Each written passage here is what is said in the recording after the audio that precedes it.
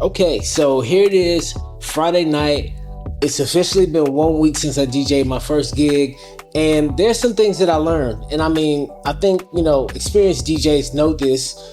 Beginner DJs, you may know some of it, but I honestly just wanted to take the time to document the things that I really took from DJing my first gig, and honestly, put them on YouTube for myself, but I also want to share it with people or somebody else who maybe be a beginner in the DJ world, and some things that you may or may not know. Now, all these things may seem simple, however, I'm just going to say them anyway, because maybe you'll get the opportunity to avoid certain things happening to you the way that it happened to me.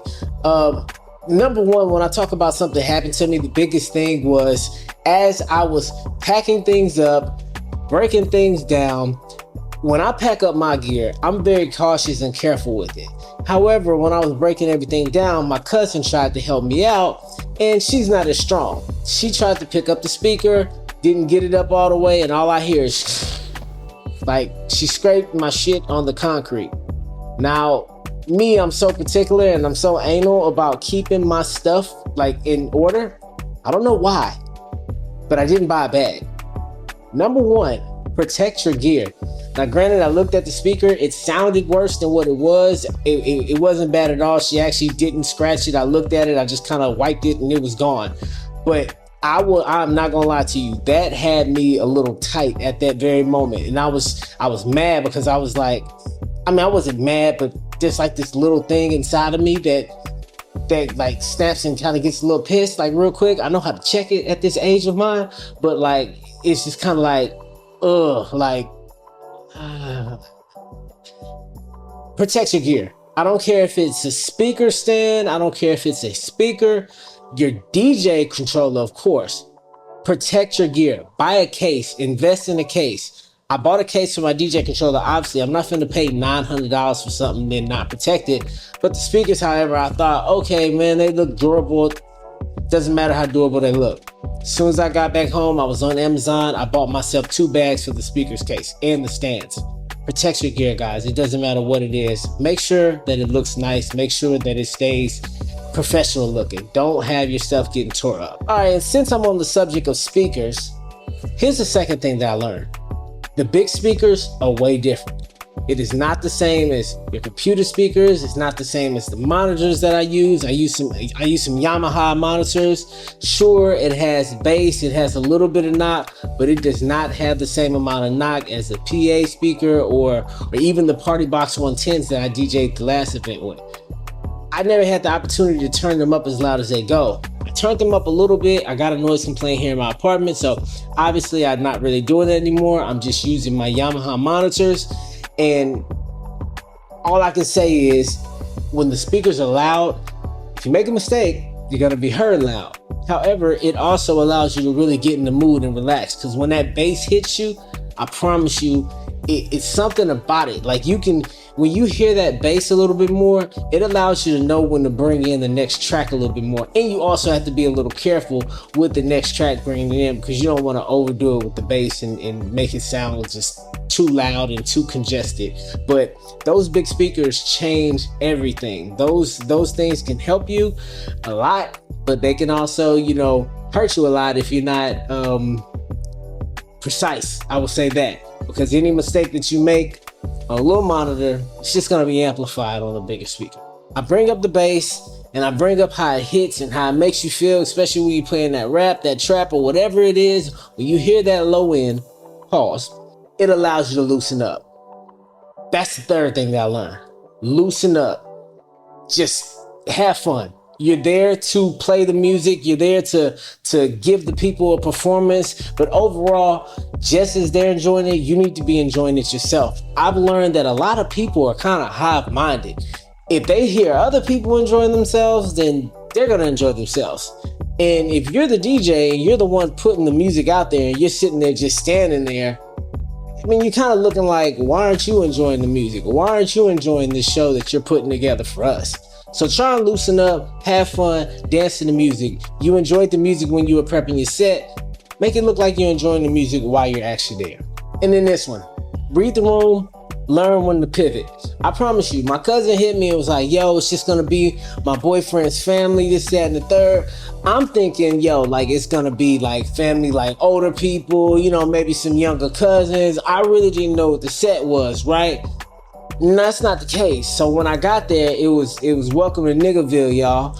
It was a family affair, you feel me?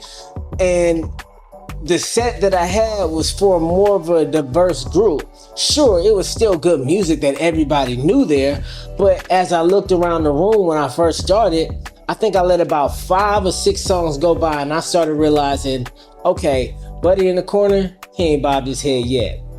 I know what I need to do. Okay, dude over there, he ain't did nothing yet. Shorty right there, she ain't hopped up yet. All right, I'm gonna have to scrap this and I'm gonna have to move to what I know is gonna work for this crowd. And that's exactly what I did. Get a feel for the people in the room and try and get an understanding of the things that you think is gonna make them move. And when you start to see what it is that they kind of bobbing with, dig into them crates, trust your mind, trust your heart, and cue up that next track and drop it. And just trust yourself that you're doing the right thing. Drop it with enthusiasm.